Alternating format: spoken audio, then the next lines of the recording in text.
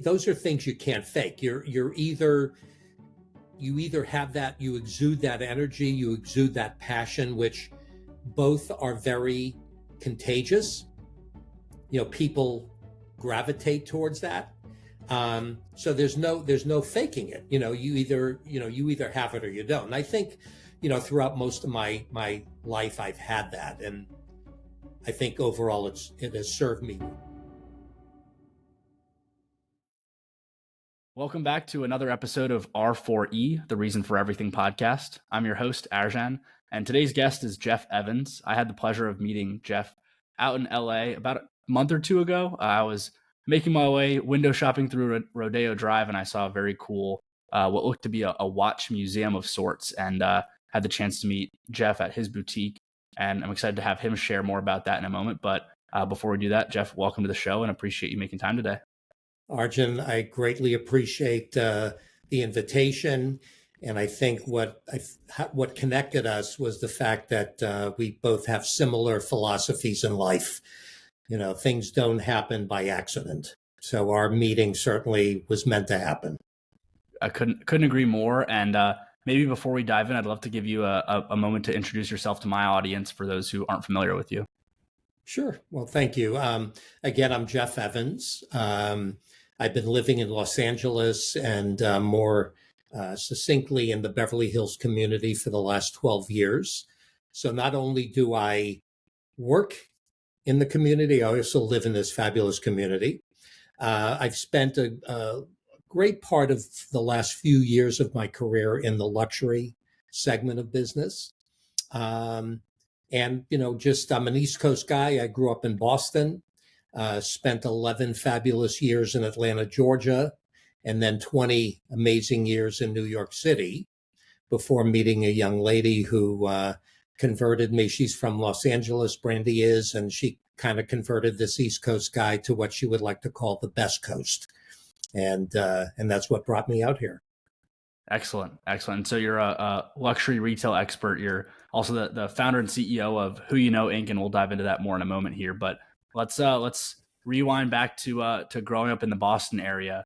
Now, like you said, East Coast is very different than where you are now in Beverly Hills.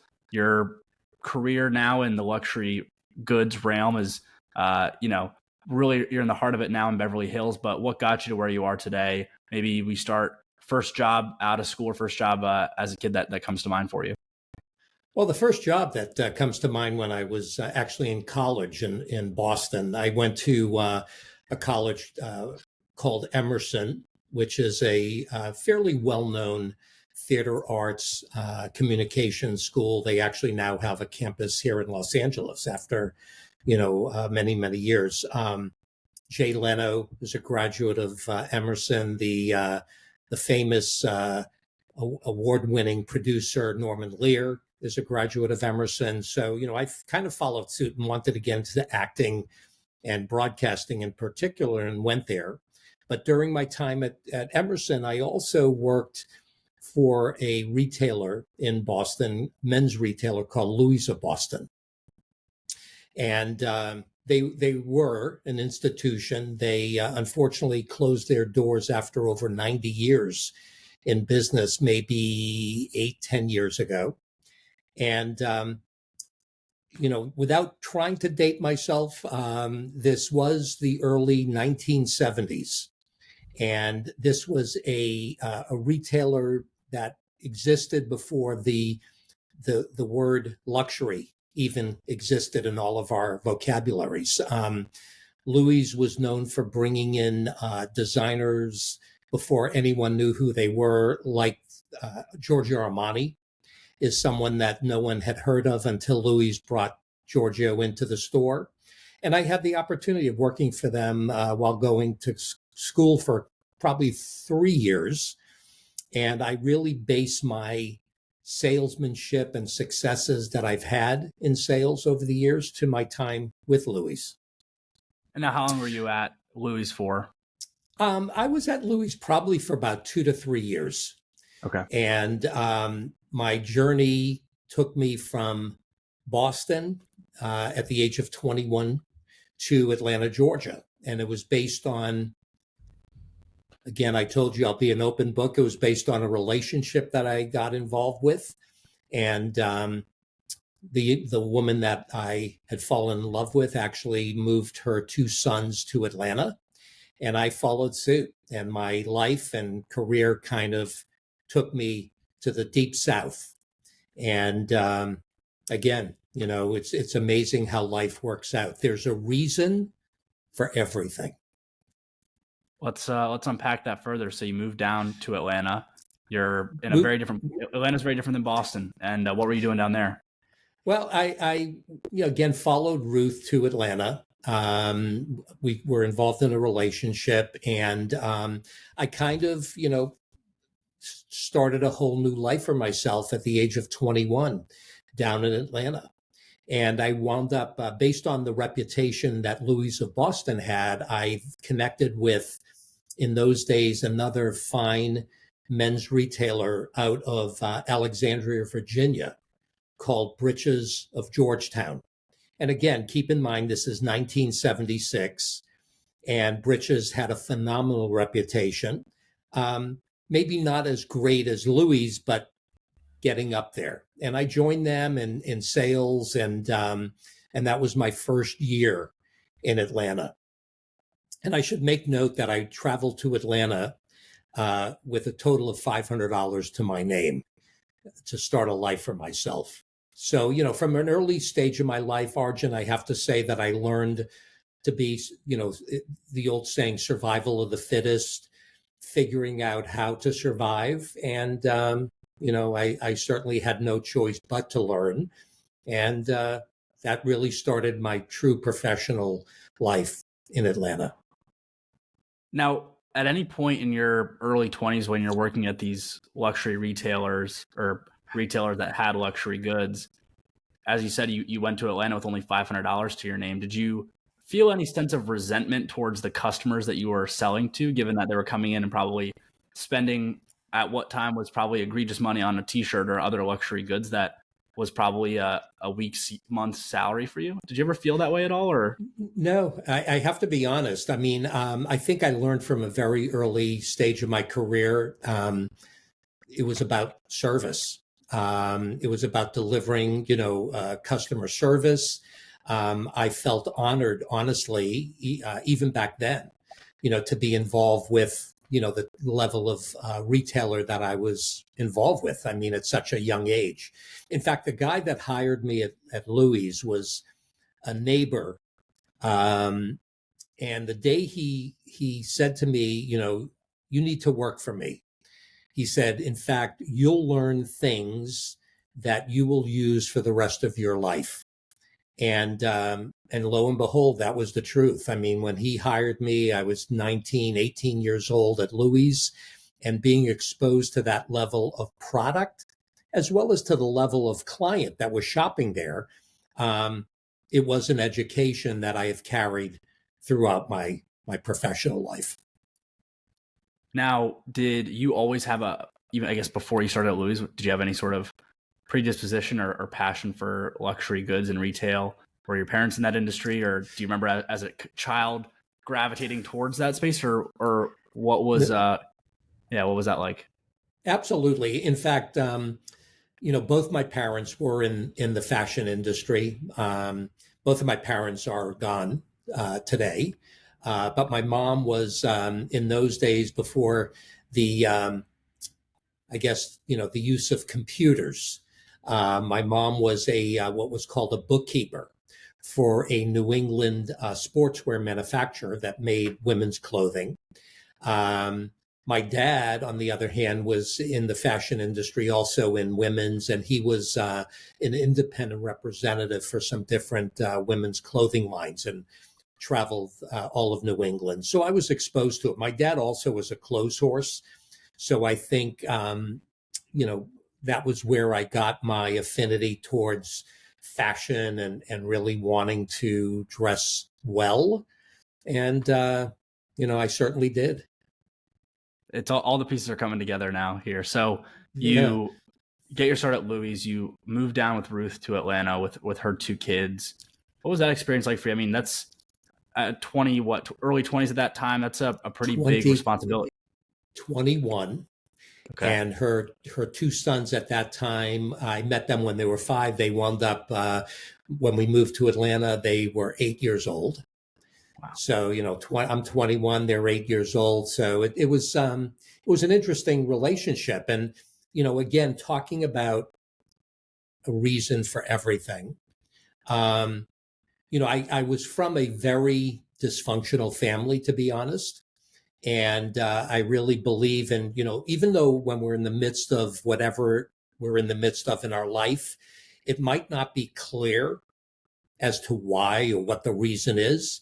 But I truly believe over time, it could be sooner than later, but over time, I have always figured out reasons that things occurred in my life. And the relationship that I developed with Ruth, in retrospect, was one where she kind of saved me from my dysfunctional family. And again, if I look back, having not gotten involved with her, my life certainly would have been very, very different. But I chose that and moved to Atlanta, developed a new life for myself, developed an amazing relationship with her two sons, Bobby and Michael, who today I have to say are now 57 and 56 years old. And we're still as close can be. Ruth, I should mention, passed away 22 years ago at a very young age, at the age of 58. But even having her tragically pass away, Bobby and Michael and I have maintained a very, very close relationship to this day. And they wound up being the best men at my wedding to my current wife, Brandy. Wow. What a testament to obviously how you treated those two 8-year-olds at the time, and the fact that you're still able to maintain a friendship relationship with them as well is unbelievable. Yeah, I mean, it was, interesting relationship because it was more, it was father figure to a degree, even though their dad is still around today. They have an interesting relationship with their biological dad. So, in my time with Ruth, I was a father figure to a degree. I was a big brother in a way. I was a friend in a way. So my relationship was multifaceted. And but to this day, in fact, I already spoke to the boys today. They both still reside in Atlanta, and we're still extremely, extremely close to this day. How incredible! So you are 21 years old, learning how to be a partner, a father figure, and then you were just starting a new job. How long were you in Atlanta for? What was that journey and experience like as you were kind of diving into this new world you were creating for yourself, as mentioned? So, Arjan, you wouldn't say that, it was normal, 21 years old, having a family and being estranged now for probably most of my adult life from my family. Because again, having mentioned, very dysfunctional, both of my parents, unfortunately, knew Ruth, loved her. But once they found out that their son was involved with this so-called older woman, they never accepted it. And at that was a big crossroads for me, because I realized that, our parents should want the best for us. I mean, I'm in total agreement, but as an adult, we have the opportunity of making decisions for ourselves. Our parents might not agree with our decision or whatever, but if they feel confident that they brought you up in the best way possible, you have to let your children spread their wings, and unfortunately my parents didn't. And it was a very, very sad, situation that we grew apart. But, I had Ruth, I had this family now, and I was able to go on and thrive. And spent 11 years in Atlanta. I was with Britches of Georgetown that I mentioned earlier in our conversation for almost a year. And at a very young age, I realized and had the ability to understand that I needed to, if I didn't respect myself, how was I going to have anyone else respect me? And I really felt I wasn't being paid what I deserved. So on a Saturday, in the throes of the Christmas selling season, I abruptly quit with no job, mind you. But this was this young, aggressive guy who was learning how to survive. And the next thing I know, Ruth and I and the boys got into a car from Atlanta and drove to New York because I made the decision that the best way for me to afford the type of compensation that I felt was justified, I needed to find a commission type of situation. And so I drove to New York, knocking on doors. And again, keep in mind, this is the Christmas season, asking for companies to welcome me in to discuss the fact that I wanted to represent their product down in the Southeast with no experience, by the way, with no experience. And lo and behold, I wound up, one thing led to another. And I think this too was my early understanding of how important it is to network and to meet people, as many people as possible. And that's what I did. And even though I didn't have a solid job leaving New York to go back to Atlanta, on my way back to Atlanta, I got a phone call or something, and one thing led to another. And I did connect with a company based in Richmond, Virginia, that was willing to give this young, hungry guy an opportunity. And it was a company that I remember the name of the company was a men's ethnic shirt line called Above the Belt. And they hired me, and I started my journey as an independent rep, with representing their line. And that's up in New York City at the time.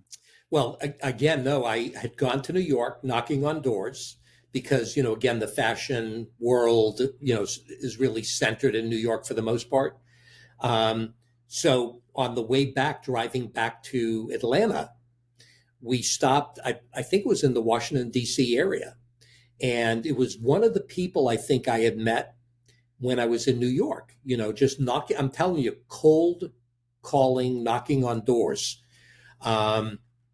And people welcoming me in, mind you, because they're probably thinking, who the hell is this guy?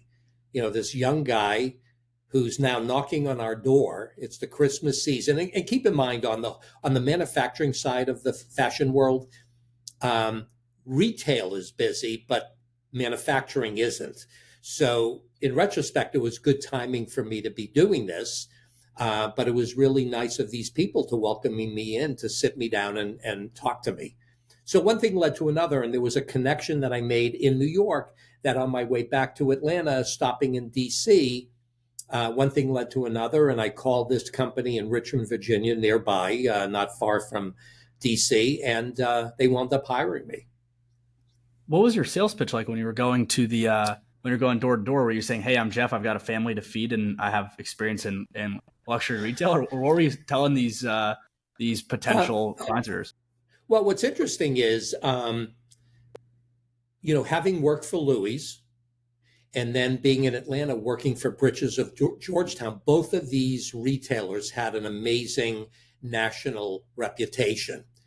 So I used both of them and my association with them as my calling card. And I would say, hey, I work for Louis, I work for Britches, but now I'm wanting to really spread my wings and get into the wholesale side of things. I believe, this is my future. Retail doesn't really compensate you the way I feel, I should be compensated. I was, I think, transparent with them. And that's me. I mean, I'm transparent. I mean, you see me, and what you see is what you get generally. My Brandy tells me I'm a little bit too open a book, but that's who I am. That's who I am. And at this stage of my life, I don't think I'm going to be changing. So, honest with these companies, and I got my first opportunity. Okay. So you get your first opportunity. Then are you relocated back in Atlanta at the time and started there? What was that next? Yeah, back in Atlanta. This is now, I think, the end of 1976, I believe. And and now I'm going to be traveling. I'm going to get into a car and I'm going to travel the state of Georgia and the state of Alabama. And I have no idea what the hell I'm doing, but I certainly was, going to be learning on the fly. And luckily in those days, I mean, the company that this above the belt actually, I think they gave me what's called a draw against commission. So they would give me a weekly check that would be then subtracted from any commissions that I earned. And I think they paid me maybe $200 a week draw against commission to get out there and start knocking on doors and start selling these men's sports shirts. And I did. And it was tough. I'm not going to lie to you. It was tough. I certainly didn't know what the heck I was doing, but, again, trying to learn. And what's interesting is I was with Above the Belt a few months when I was calling on an account, a jeans store in Atlanta. And one thing led to another. And they connected me with a guy who lived in Atlanta who was with a very hot, what's considered in the industry a hot jean line based in Atlanta called Male Jeans. And keep in mind, again, 1976, 1977, denim had become a very, very, very hot fashion commodity. And his name was David Kletsky, and he was their top seller nationally. And I was introduced to him. And the next thing I know, he's now introducing me to his boss at Male Jeans that wound up hiring me. And what's interesting, and this I think you'll find truly interesting, my boss's name was Larry Steigman. Larry, to this day, and I think about how blessed I was at such a young age, 21, 22 years old, to now be working for this man, because to this day, Arjan, with all of the jobs and all of the people I've encountered in my career, management-wise, whatever, Larry Steigman to this day was the greatest manager, the greatest leader that I have ever worked for in my life. And Larry taught me everything. In fact, I really believe, he passed away about 17, 20 years ago, I believe now. But he had such an impact on me personally and professionally that I really believe I am who I am because of Larry Steigman. Interesting. Were there any particular lessons or anecdotes you can share as to why that is? Well, first of all, real quick, I need to give you a little snapshot of Larry and how successful he was. So he had been with Male Jeans when I encountered him for 10 years. And he had managed 3 different regions geographically at 3 different times, of course, for Male. He started with them in the Midwest out of Chicago. He then went to the Northeast out of New York City, and then he's in Atlanta where I encountered him. Keep in mind, in the fashion industry, there's 5 seasons a year, meaning there's 5 releases of product a year. Every season, every region that he managed, his region was always the number 1 region for the company over a 10-year period. So, and when I knew this about him, and here I was developing a relationship with him, I was really trying to figure out how is he so successful? And it boiled down to, I think, one very, very basic premise that I really learned from him and have taken it on throughout my life. And that is that he treated his people as he would want to be treated. I know we've heard that a lot, I'm sure, within our life. Yeah, but I learned it at a very young, very pivotal point of my career and learned how important it was. And then also saw how it was demonstrated to me by him in relationship to his success professionally. Because I would think, how the heck did this man manage all of these people over 10 years in different geographical areas, and his people always number one. And I learned quickly that I would do anything for this man. I would use I would say that if he called me in the middle of the night and said, "Hey, Jeff, I need you to go to New York City, get to the George Washington Bridge at 2 a.m. in the morning, and I need you to jump off it." I would be on a plane to New York City, head to the GW Bridge, make sure I got there at 2 a.m. and jump off. If he's asking me to do it, there has to be a reason why. This was the kind of man he was. And his people so respected him. The other thing too, Arjun, I learned from him, he said to me one day, he was traveling with me in the car. We drove hundreds of miles through northern Alabama, working from the beginning, early morning, checking into a hotel late at night. We did this much business, zero. But we worked hard, and he would refer to as also smart. And he always said, listen, business is hard enough. And I think this is a wonderful thing to think about even today.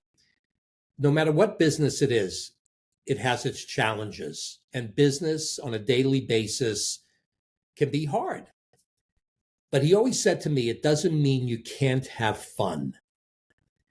And I learned that. And the other thing I learned from Larry was laughing.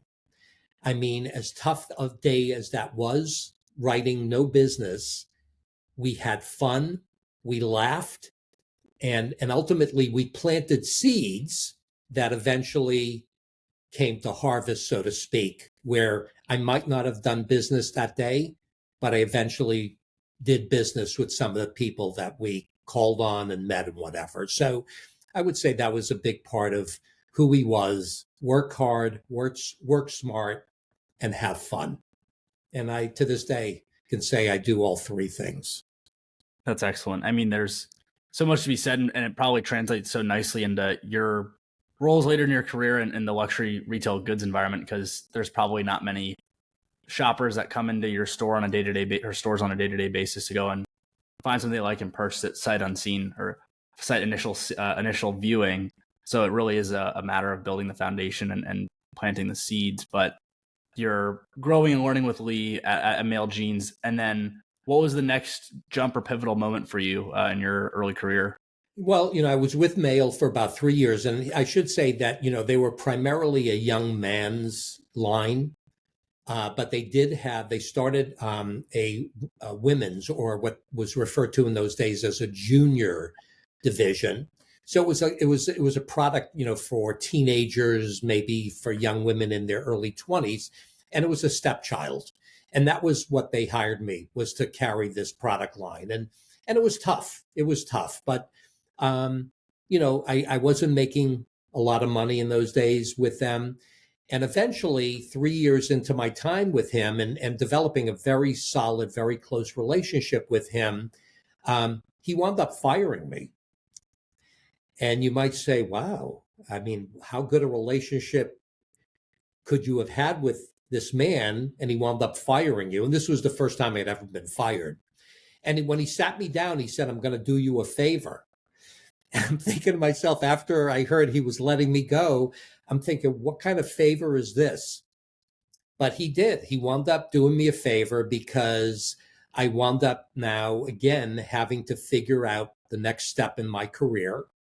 And one thing led to another, and I did. And, I wound up, being hired by a guy that had been in the business 30 years, 40 years. He was very well respected, and he gave me a shot, and I worked for him. And one thing led to another. And each step was a stepping stone. And, in retrospect, Larry did do me a favor by letting me go and kind of forcing my hand, so to speak, to find that next step for myself in my career. And what was that next step for you? Well, again, I worked for, his name was Bob Dreyer. He was a multi-line rep. And I worked for him. And again, not making a lot of money, mind you. But again, I should say, and I think you probably have caught this throughout our conversation, I developed my networking skills and I was always really good at meeting people and I guess leaving an impression. And someone I met through Bob wound up calling me one day. And I should mention too, it just dawned on me because I'm going back, as you can imagine, a number of years trying to remember everything. But I wound up leaving Bob Dreyer. And I just said, you know what, I'm not making money. I'm traveling. I was driving 30, 40, 50,000 miles a year in the car. And I finally said, this is crazy. And I wound up taking a job with a Ralph Lauren store in Atlanta. And it was during Christmas that I'm working there. And a guy that I had met through Bob Dreyer called me one day and he said, hey, Jeff, there's an opportunity that I think would be right for you. And I said, okay. And there was a rep that I knew that had this line called Shapely Blouses. And Shapely was a very successful line. In fact, again, in those days, this is like 1980 now. This guy was doing over $1 million in volume a year with this line. So this guy calls me and he tells me it's available. This guy is giving it up. Would you be interested in interviewing? And I said, hell yeah. Because figure this out. At $1 million at 7% commission, back in 1980, that's a pretty good amount of money. So he goes, okay, let me get with the vice president of Shapely and I'll get back to you. So I wind up getting a call from the vice president directly. His name was Art Steinberg. And Art tells me, Jeff, I heard a lot of good things about you. And keep in mind, I'm 25 years old, mind you. I'm coming to Atlanta New Year's Day. Okay. And I'm going to be interviewing candidates for this opportunity in the Delta Crown Room. I'm giving you the first opportunity to decide when you would like to meet me. I said, okay, how early are you going to be starting your interviews? He said 9 a.m. I said, I want to be the first to interview. He goes, okay.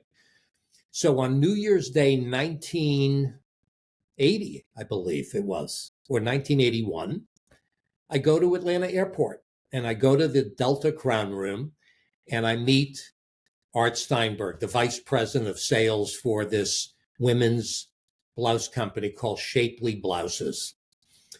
And Arjan, I remember this interview like it happened yesterday. I'm sitting there and he shares with me that the other candidates he's interviewing have much more experience than I have. In fact, there were guys interviewing from competing blouse companies. I have no experience that could ever equal what they're going to have. At the end of the interview, I looked at him straight in the face and I said, Art, the last thing I would like to say to you is this. I respect the fact, that you're going to be interviewing some other guys with much more experience. But if you give this young, hungry guy his first break in life professionally, I will not only look good, but I'll make you look good too. I swear to you, that's how I ended my interview. He gets up, shakes my hand, and I leave. And now I'm waiting. And I'm waiting. And keep in mind, he only flew into Atlanta for the day.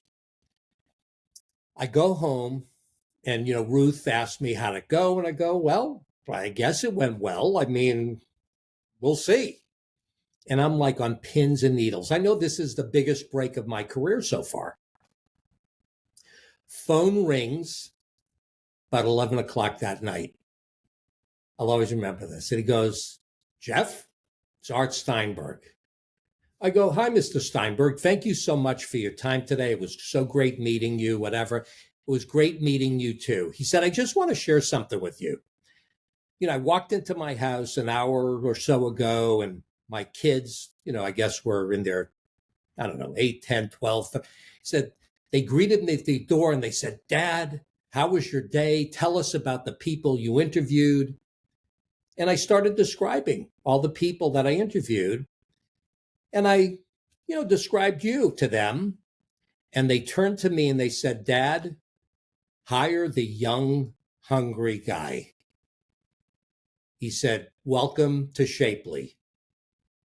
And that was my big break. That was my big break. And from there, I, became successful, truly successful, professionally as well as financially, and eventually developed a reputation for myself where I, had developed the business with Shapely, built it even greater than the million, got more territory. In fact, I eventually not only had Georgia, Alabama, I had Kentucky, Tennessee, the Carolinas, Florida. And in 1984, actually brought a partner into the business. And he was a friend who also had been very successful, but we decided to join forces and pick up other lines. So we built a little package of lines and eventually had built close to a $10 million repping business. Unbelievable. And then eventually in 1987 is when I made another big decision, and that was to move to New York City. Okay. Why was or what was the impetus for the move? I'm now 31 years of age. The business was changing dramatically from the independent rep perspective. And I just felt like my next move professionally had to be internally with a company. So I had the opportunity of being hired by a company as national sales manager, where I would oversee reps working out of New York. And I decided to do that. So in 1987, I took a job with a company. What's interesting, talk about full circle, the company was actually based out of Boston. And so here I am, full circle now, working for a company based in my old hometown. And that's what brought me to New York City, 1987. And did you relocate Ruth and the kids as well, or what was that experience like? What's interesting is I started working for this company March of 1987, and Ruth thought I was crazy. She was so happy with the life that we had developed in Atlanta. Plus, I finally had become relatively successful, and now I'm wanting to uproot her, the kids, and move to New York. And she was from New York, Long Island, by the way. So I was commuting from March 1987. Every weekend, I'd fly back to Atlanta and then go back Sunday night to New York City until finally she agreed to move to New York in July of that year. And it wasn't easy, but I finally convinced her, and we moved there. And it was, and then if you're thinking, because you're in the financial world, correct? That's right. Yeah. Yeah. What happened in October of 1988? Yeah. Black Monday. Black Monday. Yeah. So I'm with this company now 11 months. And take that back. I'm sorry, 1987. No. So I started March. October 1987 is Black Monday. When the Dow dropped 570 points, we thought the world had ended.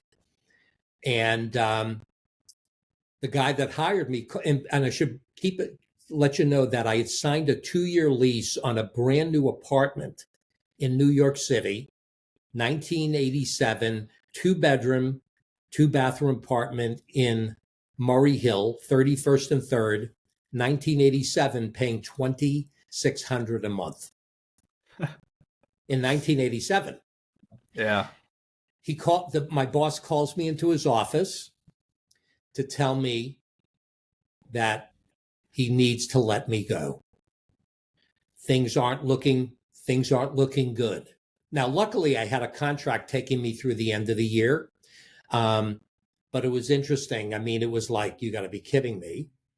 And yeah, so he let me go because of the financial aspect of it. I was the last man in, first man out. And that was a rude awakening. Now, I had to go home and now share this with Ruth, who didn't want to come to New York in the first place. Her first thing was, let's go back to Atlanta. And I go, we're not going back to Atlanta. I'm here for a reason. And lo and behold, talk about survival of the fittest. I was now on a survival mission for the next 10 years. Tell me about it. Let's go. I mean, it was a rocky road. I mean, because again, the impact that the market had on every business, you can only imagine, and especially in the fashion business, it wasn't easy. In fact, the next job I took was at a $50,000 a year pay cut. Wow. But I had to, I had to take it. But again, every decision I've made, and every decision I continue to make, keeps us moving in the direction we should be moving in. Again, there's a reason for everything. And the company I joined with was actually a swimwear company. It had just signed a licensing deal with this very successful designer label. And now I'm being exposed to people that I had never been exposed to in terms of, store presidents, very influential people in the industry. So I now use my networking skills to build an even more extensive networking base. And again, just keep moving forward. But it was an interesting 10 years, just trying to survive. And eventually in 1997, I joined. Actually, what's crazy is I'm driving to Boston from New York in 1997 because my mom, who I'd been estranged from, passed away. And out of respect, I went to share my final respects with her. And it was on the drive to Boston that I got a call from someone I knew, who told me about an opportunity, with this company. And I said, sure, I'd be interested. So went to Boston, buried my mom, paid my respects, and drove back to New York and wound up interviewing with this company, and they wound up hiring me. And that was 1997. And then with this company, I helped turn their business around, and then had the opportunity in 2000 of connecting with a celebrity who had a very, very successful TV show on the network E called Fashion Emergency. And it was a show that was well before its time in the realm of reality television as we know it today. Her name is Emmy. And back then she was considered the world's first full-figured supermodel. And I had the opportunity of identifying an opportunity to develop a line, a collection with her, brought her to the company I was with, and they bought it hook, line, and sinker. And in 2000, we launched the Emmy collection. And that I would have to say was the highlight of my entire career up until that point. So keep in mind, 1997, I got fired in 1987. And like I said, it was like going to college for the next 10 years. But I found a way to survive. And again, using my ability to connect with people, one thing led to another. And I was introduced to Emmy, and we brought Emmy to my company, and we launched a very, very successful line called the Emmy collection, which back in that day was the very first true collection, sexy clothes for full-figured women. And Emmy, was this beautiful, young, magnificent woman who was known as the first full-figured supermodel, who actually became the first plus-size model to ever be on a billboard in Times Square, mind you. Wow. And she was about to sign a deal with another company when I came into the equation. And I remember bringing her to my office. She came with her agent from William Morris, and one thing led to another, and they decided to do the deal with me and my company, and we launched the business. What do you think the decision criteria was for Emmy picking you all versus the competitor? I think it was me personally. She also met, some of the other people with the company I was with at the time. But, one thing about me, I would like to think when I'm no longer around and somebody, would ask someone, so tell me about Jeff Evans. I think a couple of the things that I think people might talk about is my energy, my passion, that I would be one of the most passionate, most energetic people that someone would have encountered in their lifetime. And I think that's just who I am. You can't fake it. You can't, those are things you can't fake. You either have that, you exude that energy, you exude that passion, which both are very contagious. People gravitate towards that. So there's no faking it. You either have it or you don't. And I think, throughout most of my life, I've had that. And I think overall it has served me well. Absolutely. And I couldn't agree more with the importance, and I feel like the how tangible someone's energy can be. It's spot on. And now you're in New York. It's around 2000, and you're probably getting close to the end of your tenure in the city. Is that right? Well, so March of 2000, I launched the Emmy collection. It's the highlight of my career. The business takes off. That's March of 2000, December 17th of 2000.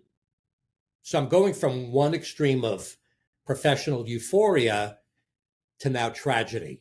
Ruth passes away suddenly December 17th of 2000.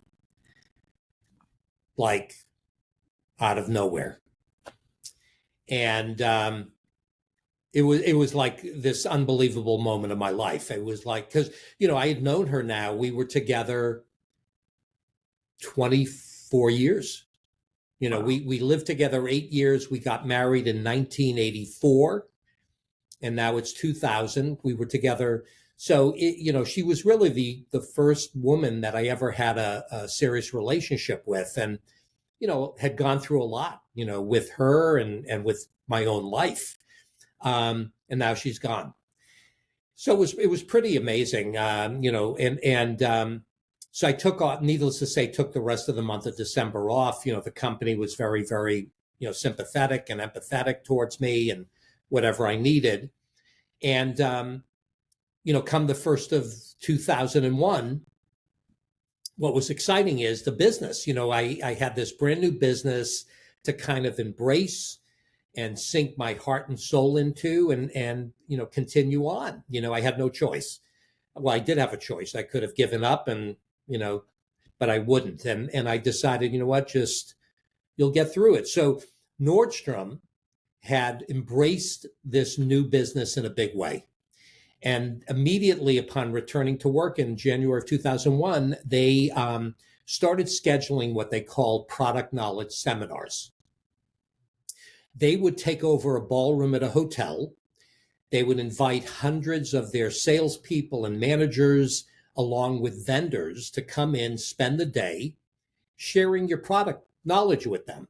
So in January of 2001, started in Los Angeles. And again, think about that. 2001, I'm in LA,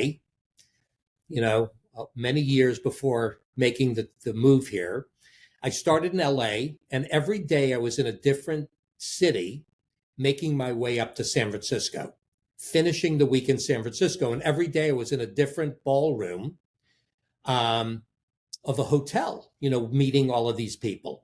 I fly back to New York and I get a call back in my office in New York from one of the executives of Nordstrom. And they say, Jeff, We heard these seminars were unbelievable. We have 2 more happening in a few weeks, both on the same day, mind you. We don't care which one you go to, but you have to go to one. I said, okay, where are they? They said, one's going to happen in Chicago. Okay. What stores are going to Chicago? When this woman said they were going to bring their stores from as far as Dallas to Chicago, I made the decision because they then told me the other one was going to be in DC. And I'm thinking I could always take a train down to DC. I'm going to Chicago. So on February 12th of 2001, I fly to Chicago. I check into the Marriott Hotel in Oak Brook, Illinois. And on the morning of February 13th, I go down to the grand ballroom of the Marriott. And this was the largest event I had done to date. They had over 100 vendors in this grand ballroom. And keep in mind, they loved Emmy. They loved what we were doing. And I was the only vendor that had produced a video that I had Emmy speaking to all the employees of Nordstrom. And I had it on a loop. And I was the only vendor with this huge video screen. And I was like a rock star. They had me set up in the center of this ballroom with this huge video monitor and Emmy on a loop talking to the Nordstrom people. So every 10, 15 minutes, you're meeting with a different group of people. And by mid-morning, I had worked with 4 groups. The next group walks in, and this young lady immediately walks right up to me, introduces herself to me. And in retrospect, I have to tell you, Arjan, I was like smitten. Now, keep in mind, this is just 6 or 7 weeks after I lost Ruth. And I didn't go to Chicago looking for a girlfriend, Right. let alone a future wife. And that was Brandy, my current wife. And we immediately connected. She had just transferred to Chicago 2 months before the fateful day that we met because of a horrific breakup with a guy in Scottsdale, Arizona. And she was looking to get out of that bad situation and transfers with Nordstrom to Chicago. And we met that morning. And it was crazy because it was like someone, as she walked up to me, it was almost as if someone was behind me pushing me towards her. It's the only way I can describe it. And to this day, Brandon, I believe Ruth had something to do with bringing us together.